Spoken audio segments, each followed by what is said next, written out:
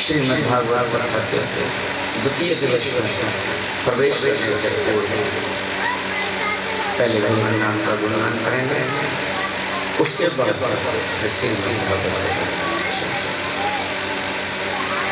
आइए पहले भगवान का गुणगान। गोविंद मेरो है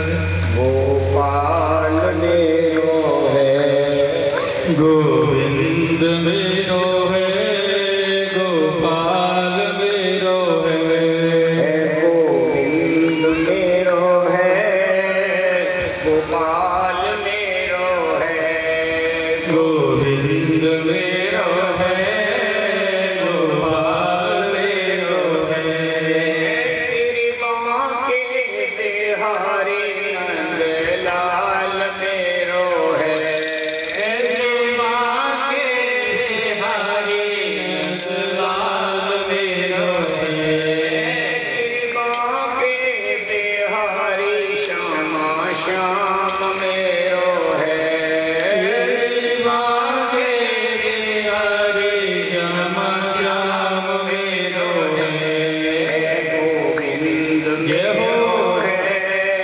गोपाल मेरो है, गोविंद मेरो है गोपाल मेरो है, श्री बांके बिहारी नंद लाल मेरो है, श्री बांके बिहारी नंद लाल मेरो है, गोविंद मेरो है गोपाल मेरो है, गोविंद मेरो है गोपाल मेरो है, श्री बांके बिहारी नंद लाल मेरो है, श्री बांके बिहारी नंद लाल मेरो है, श्री बांके बिहारी श्यामा श्याम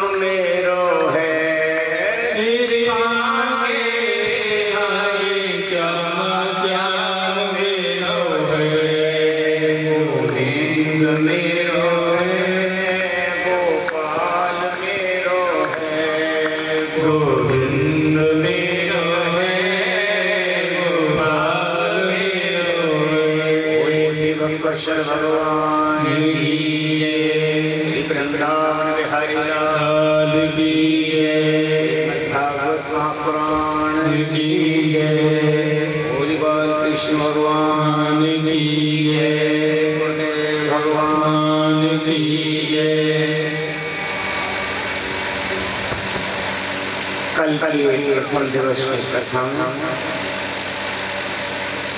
आप लोगों को शौनकादि ऋषियों द्वारा 6 प्रश्न सूची से किए थे एवं 6 प्रश्न सूची से किए और जिस समय पर 6 प्रश्न सूची से किए उस समय पर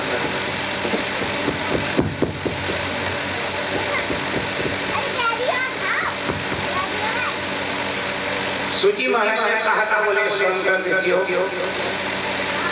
तुमने बहुत ही उत्तम प्रश्न किए हैं, लेकिन तुम्हारे प्रश्नों का उत्तर देने से पूर्व मैं आदरणीय सुखदेव जी महाराज के चरणों में प्रणाम करता हूं। तो ये कहा कि मैं आदरणीय सुखदेव जी महाराज के चरणों में प्रणाम करता हूँ, तो शौनकादिक ऋषियों ने पूछा, बोले महाराज ये सुखदेव जी कौन है? अब उन्होंने बताया भगवान के बद्री का धाम शंकराचार्य आश्रम में वेद व्यासी अपनी पत्नी बिटिका देवी के साथ निवास करते थे। और उसी समय पर सुख सागर आया, बिटका देवी को जमाई आई और वह सुख सागर बिटका देवी के उदर में जाकर बैठ गया। शंकर भगवान वहां से लौट गए।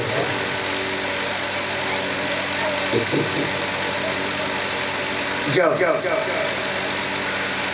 सुखदेव जी महाराज 12 वर्ष तक गर्भ में अपनी माती में रहे, तो वेदव्यास ने कहा, अब तो तुम गर्भ से बाहर आ जाओ। तो सुखदेव जी महाराज कहने लगे, बोले कि नहीं पिताजी। बोले कि क्यों? बोले कि ये संसार की माया जो है ना, वो मेरे को घेर लेगी, अतः मैं नहीं आना चाहता। सुखदेव जी महाराज के कहने पर वेदव्यास महाराज कहने लगे, बोले कि नहीं बोले, तुम आज तो माया नहीं घेरे। बोले मैं वचन देता हूँ तुमको विष्णु की माया का कोई भी असर नहीं होगा। तो सुखदेव जी कहने लगे, बोले कि आपके ऊपर कैसे विश्वास किया जाए कि माया का असर नहीं होगा? क्या प्रमाण है? क्योंकि महाराज माया तो बड़ी चंचल है, किसी को नहीं छोड़ती, तो भला मुझे कैसे छोड़ देगी? और बोले कि पिताजी माया का पार पाना हर एक किसी के बस में नहीं है। यदि मायापति विष्णु आकर के मेरे से ये कह दें कि हाँ तुमको मेरी माया नहीं घेरेगी, नहीं सताएगी, तो मैं आऊंगा। मेरे गोविंद को आना पड़ा और गोविंद ने कहा, बोले कि बेटा सुखदेव तुम पर माया का कोई असर नहीं होगा। जब सुखदेव जी अपनी माँ के गर्भ से बाहर आए और प्रकट होते ही सुखदेव जी सीधे बन और तपस्या के लिए चल गए। माने चारों को पहना दिया, उसको को पहने बन तपस्या के लिए चले। एक पैसे पीछे पीछे दौड़ते हुए जा रहे हैं। बोले कि बेटा रुक जाओ, पुत्र रुक जाओ, पुत्र रुक जाओ। लेकिन जिस पुत्र पुत्र को कहकर वेदव्यास जी सुखदेव जी महाराज के पीछे पीछे चल रहे थे, ऐसे सुखदेव जी महाराज के चरणों में हम बार बार प्रणाम करते हैं। बोलिए श्री सुखदेव जी महाराज की जय। बार बार सुखदेव जी महाराज को वेदव्यास जी रोकते हैं, लेकिन सुखदेव जी महाराज रुकते नहीं हैं और ना ही कोई जवाब देते हैं। लेकिन सुखदेव जी महाराज के बदले वहां के वृक्ष जवाब देते हैं, अरे व्यास जी आप उसको पुत्र कहते हैं। अरे न मालूम कितनी बार आप इनके पुत्र बन चुके, न मालूम कितनी बार ये आपका पुत्र बन चुके। और बोले इसमें आश्चर्य मत करो, आप लौट करके चले जाएं। सुखदेव जी लौटने वाले नहीं हैं। सुखदेव जी परम संत हैं और संतों के सानिध्य के लिए, संतों का सानिध्य हमारे जीवन को सुधार देता है। संतों का संग हमारे चरित्र में, हमारी संगत में परिवर्तन ला देता है। जैसे आप संगति करेंगे वैसा असर आपके चरित्र पर आएगा। अगर आप शराब की दुकान पर खड़े होकर के दूध पिएंगे तो कोई आपसे ये नहीं कहेगा कि आप दूध दुकान पर दूध पी रहे हैं। क्यों? क्योंकि जैसी संगत है उसका वही लोग अंदाज लगाएंगे कि आप मद्यपान कर रहे हैं। और यदि आप दूध की दुकान पर खड़े होकर के मद्यपान करेंगे तो कोई आपको ये नहीं समझेगा कि आप मद्यपान नहीं कर रहे, मद्यपान क्योंकि संगत है। यदि आप अच्छे लोगों के साथ में चल रहे होंगे तो लोग आपकी तारीफ करेंगे, और यदि आप बुरे लोगों के साथ में चल रहे होंगे तो आपका लोग बुराई करेंगे। बद अच्छा बदनाम बुरा। बदनाम बुरा है लेकिन पद अच्छा है।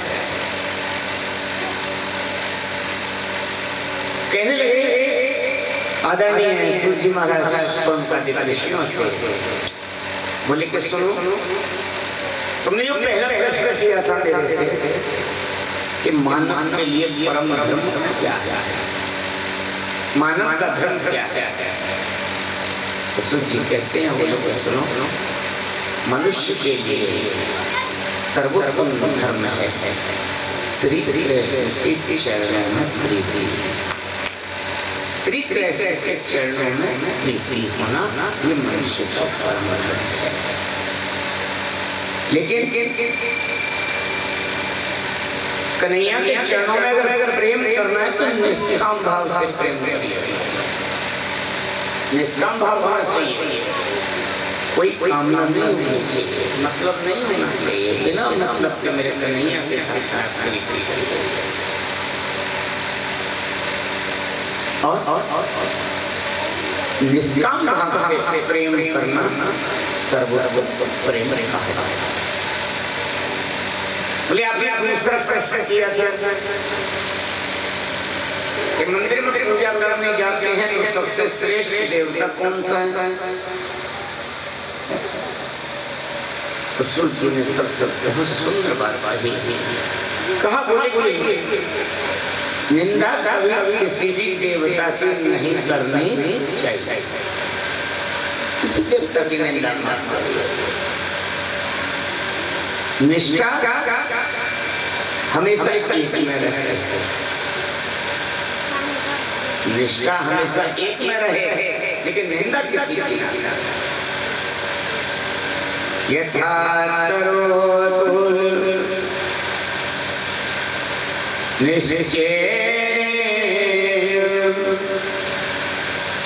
तत्रयन्ति तद् बन्धुभुजो सखा।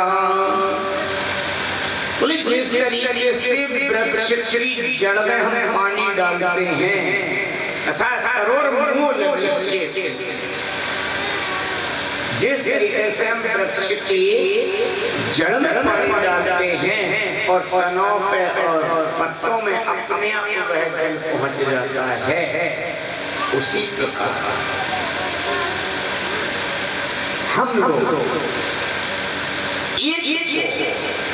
अपना सब अच्छा करें और निंदा हम किसी की। एक साथ है सब सब है और सब साथ है सब क्या केवल एक कैसे। इसलिए निंदा किसी की मत करो और गोविंद के चरणों में अपनी प्रीति करो।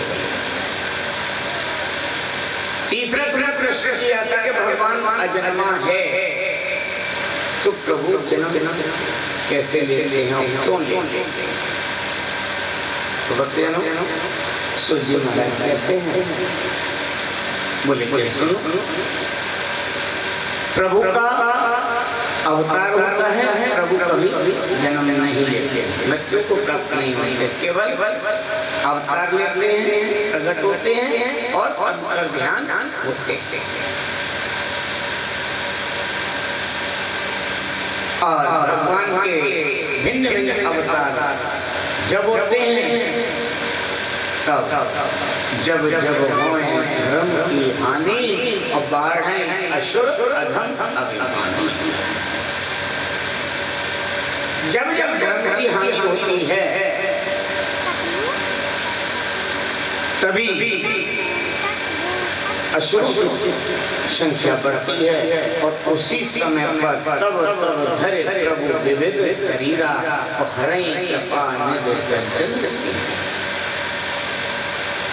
उसी समय पर मेरे प्रभु अपने अनेक रूप प्रकट होते हैं और जो सज्जन जो होते हैं, जिनको जो राक्षस प्रवृत्ति के लोग पीड़ा पहुंचाते हैं, उन राक्षस प्रवृत्ति के लोगों को ध्वंस करने के लिए मेरे प्रभु अवतार लेते हैं। उन्हें सज्जन को उसकी सहायता करते हैं, भक्तों की सहायता करते हैं। और भगवान 24 अवतार जिसमें से 23 हो चुके हैं, 24वां अभी बाकी। सबसे पहला जो अवतार हुआ मेरे प्रभु का सनातन और सनातन के रूप में पहला अवतार। दूसरा अवतार 12 भगवान के रूप में हुआ।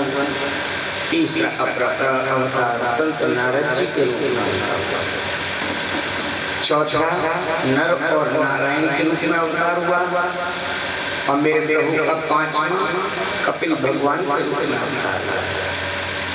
छठवां दत्तात्रेय जी के रूप में अवतार हुआ। 7वां ये जो भगवान के रूप में अवतार हुआ और 8वां ऋषभ देव के रूप में अवतार हुआ। 9वां पृथ्वी जी के रूप में अवतार हुआ। 10वां मत्स्य अवतार हुआ। 11वां कच्छप अवतार हुआ और 12वां धन्वंतरी अवतार हुआ। 13वां मेरे प्रभु का नरसिंह भगवान के रूप में अवतार हुआ और 14वां मोहिनी रूप में अवतार हुआ। 15वां वामन भगवान के रूप में अवतार और 16वां परशुराम जी के रूप में अवतार हुआ। 17वां वेद व्यास जी के रूप में अवतार हुआ। 18वां आदरणीय प्रभु श्री राम के रूप में अवतार हुआ। 19वां अवतार बलराम जी के रूप में शेषवतार के रूप में अवतार हुआ। 20वां अवतार मेरे कन्हैया के रूप में प्रकट हुए। 21वां अवतार हरि रूप में हुआ और मेरे कन्हैया 22वां अवतार हंस अवतार के रूप में प्रभु प्रकट हुआ। 23वां अवतार बुद्ध अवतार हुआ और 24वां अवतार हुआ कलिंग अवतार। ये मेरे प्रभु के 24 अवतार, जिसमें से 23 हो चुके हैं। 24वां अभी एक बाकी है, जो 24वां हाथरस के पास संबल गांव ब्राह्मण के परिवार में मेरे प्रभु अवतार करते हैं। भगवान के जितने भी अवतार हुए हैं वो दोनों ही आदरणीय अवतार रहे हैं। राम अवतार और कृष्ण। लेकिन तत्व दोनों का एक है, मात्र अंतर क्या है कि राम कृष्ण दो एक हैं, अंतर नहीं निमेश। इनके गंभीर है और इनके चपल विशेष। मेरे राम के और कृष्ण के अवतार में कोई अंतर नहीं है। अंतर मात्र इतना है कि राम के नैनों में गंभीरता है, वो गंभीर है, मर्यादा है, इसीलिए उनको मर्यादा पुरुषोत्तम राम कहते थे। मर्यादा पुरुषोत्तम, पुरुषोत्तम संधि विशेष किया जाए। पुरुषोत्तम राम, उन्होंने मानव जीवन में आकर के मानव शरीर धारण करके मर्यादा का उल्लंघन नहीं किया जाए, मर्यादा हर जगह मर्यादा। लेकिन कन्हैया जी के नेत्रों में चंचलता है, चपलता है। इनके नैनों में गंभीरता है और कृष्ण के नैनों में चंचलता है। लेकिन राम और कृष्ण दोनों एक ही नहीं है, कोई किसी का सबसे श्रीमती नहीं है। सौंदर्य ऋषि ने पूछा सूजी महाराज से, बोले हे सूजी महाराज, ये व्यास जी कौन है? वेद व्यास जी कौन है जो आपने बताया कि सुखदेव जी के पिता हैं, संप्रदाय शास्त्र में बद्रिका धाम में रहते हैं, ये व्यास जी है। उन्होंने इस भागवत को क्यों लिखा, क्या कारण? हमने तो ये सुना है कि जिस समय पर वेद व्यास जी के पुत्र सुखदेव जी जन्म लेने के तत्काल बाद वन में तपस्या के लिए जा रहे थे, तो कुछ अप्सराएं सरोवर में स्नान कर रही थी। तो वेद व्यास जी उनके पीछे पीछे दौड़ते जा रहे थे सुखदेव जी, लेकिन सुखदेव जी जब निकल गए तो जैसे ही वेद व्यास जी आए तो उन अप्सराओं ने आकर के जल में से बाहर निकल कर वस्त्र पहन लिए और स्नान करना बंद कर दिया। इस पर वेद व्यास जी ने उनसे पूछा, बोले कि हे कन्याओं, जब मेरा युवा पुत्र तुम्हारी हम आयु का निकल करके जा रहा था तो तुमने उसको देख करके वस्त्र नहीं पहने, उन्हें तुम्हारे पिता कर लिया, तुमने मेरे को देख करके वस्त्र क्यों धारण कर लिए? तो इस बात को सुनकर स्त्री तुरंत कहने लगी, बोले कि भगवान वेद व्यास जी, आपकी दृष्टि में भेद है। आप ये समझते हैं कि हम स्त्री हैं, लेकिन आपकी पुरुष, आपके पुत्र की दृष्टि में ये भेद नहीं है कि ये स्त्री है या ये पुरुष है।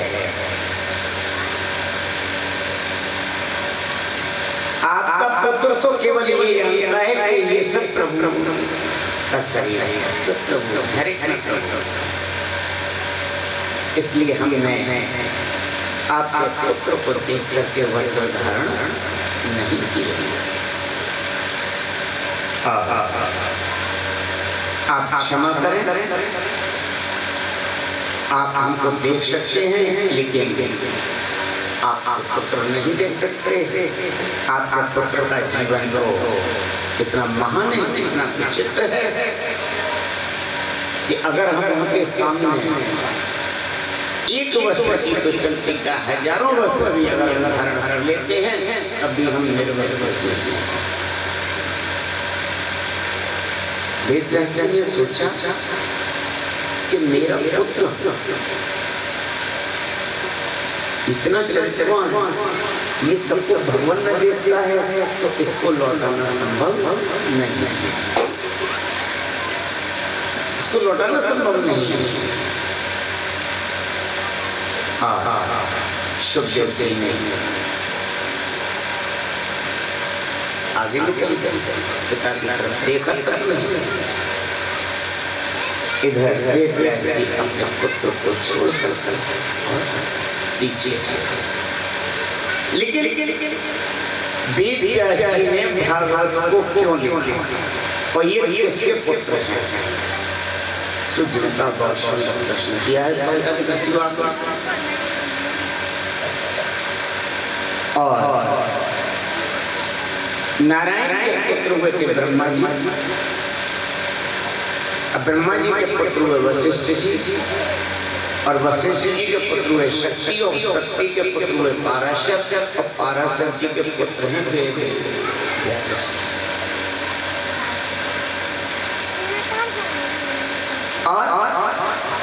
व्यासी महाराज ने जब जन्म लिया, जन्म लेते के साथ ही जंगल में मन को तपस्या करने के लिए चल दिए।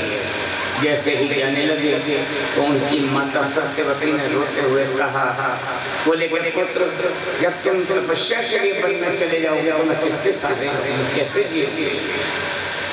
व्यासी ने कहा कि माँ तुम चिंता न करो, जब तुम मेरा स्मरण करोगे, मेरे को याद करोगे, मैं आपके समक्ष हाजिर हो जाऊंगा, समर्पित हो जाऊंगा। ये कहकर और तपस्या के लिए चले। वेदव्यासी ने सोचा कि मैं कौन से स्थान पर पहुंचूं जहां पर मैं अपने प्रभु का भजन कर सकता। सीधे वेदव्यासी उत्तराखंड में बद्रिका धाम पहुंचे और वहां सरस्वती नदी के पावन तट पर एक अपनी कुटिया बनाई और उसी कुटिया में निवास करने लगे। वहीं पर वेदव्यासी संप्राय आश्रम के नाम से प्रसिद्ध। वेदव्यासी भजन करने बैठते तो उनकी समाधि लग गई। जैसे ही समाधि लगी तो उनके सामने पूरी दुनिया घूमने लगी, दुनिया नाच रही थी।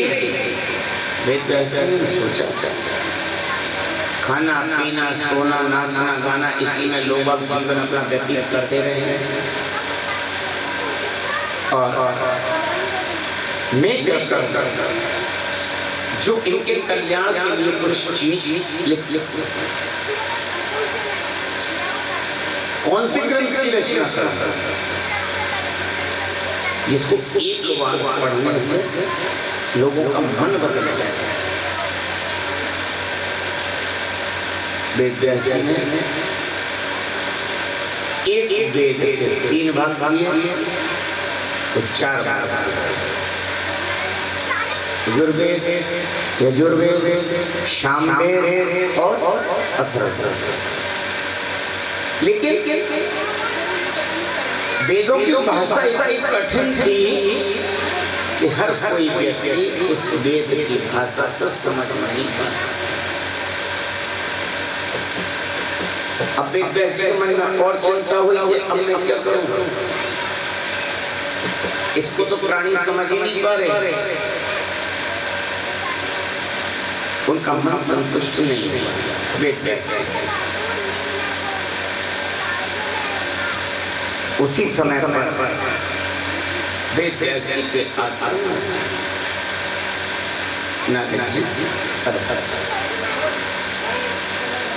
नारद जी ने वेदव्यासी को देख करके पूछा, क्या बात है पारेश्वर नंदन, वेदव्यास सब ठीक तो है, आप उदास क्यों हैं, चिंतित क्यों हैं? वेदव्यासी खड़े होकर के रोने लगे, कहने लगे कि भगवान क्या बताऊं, मैंने ग्रंथों की रचना करी, इतने सब ग्रंथों की रचना करी, लेकिन मेरे मन में संतोष नहीं होता है।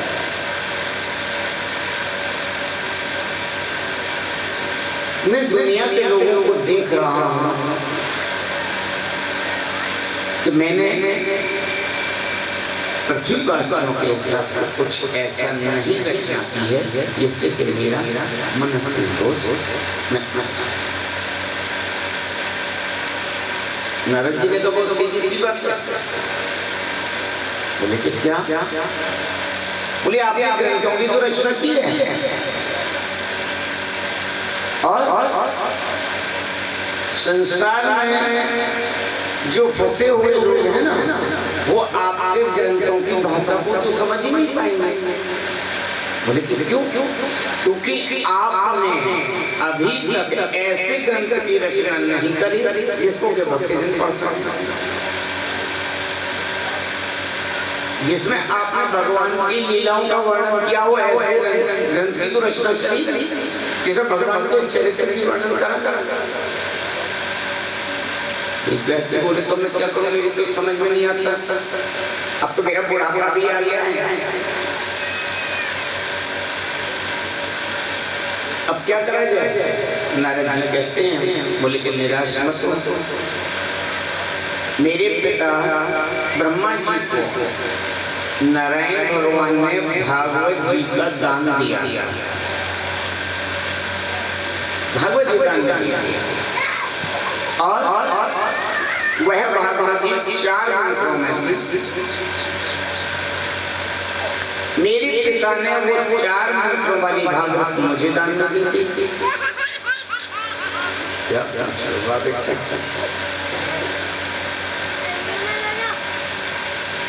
और वही भागवत मैं अब आपको देता हूँ, चतुर्शिष्यों की भागवत को मैं आपको देता हूँ।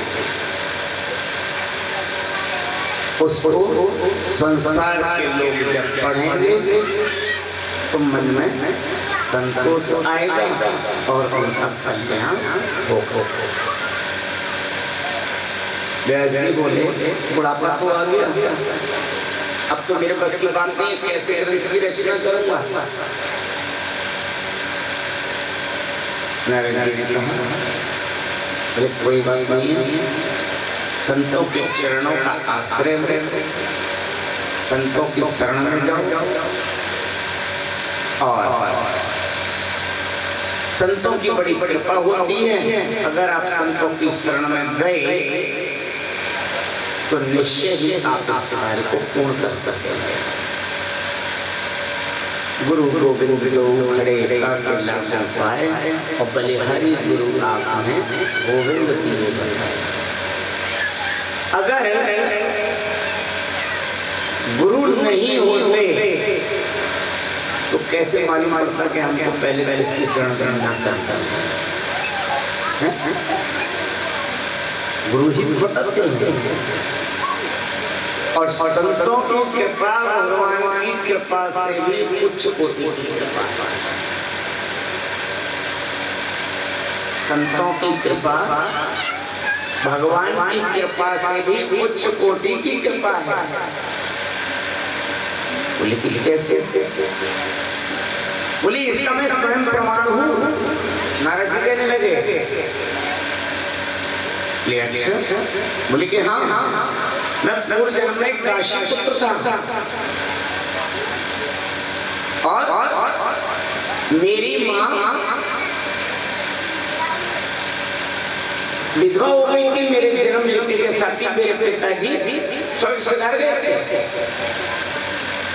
मैं छोटा सा बालक, मेरी माँ गोदी में लिए घूमती रहते थे। मेरी माँ ने संतों की शरण ली, आश्रम में जाकर के सफाई करती मेरी माँ और संतों के लिए प्रसाद बनाती, भगवान के भोग के लिए प्रसाद बनाती थी। वही माँ मेरी संतों के पास में मेरे को ले जाती, संत लोग प्रवचन करते, उसको मैं भी सुनती। आश्रम में गाय धोना, सेवा करना और सेवा करते करते जिस पर संत की कृपा हो जाए तो उसको तो कहने। तो मेरी माँ तो केवल वहाँ सुबह शाम प्रसाद पाती थी। मेरी माँ ऋषि पत्नियों के साथ आनंदपूर्वक रहने लगी।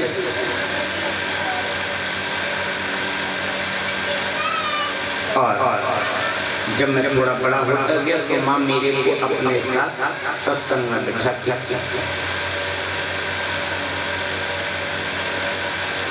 उसी समय पर चतुर्मास में कुछ संत लोग आए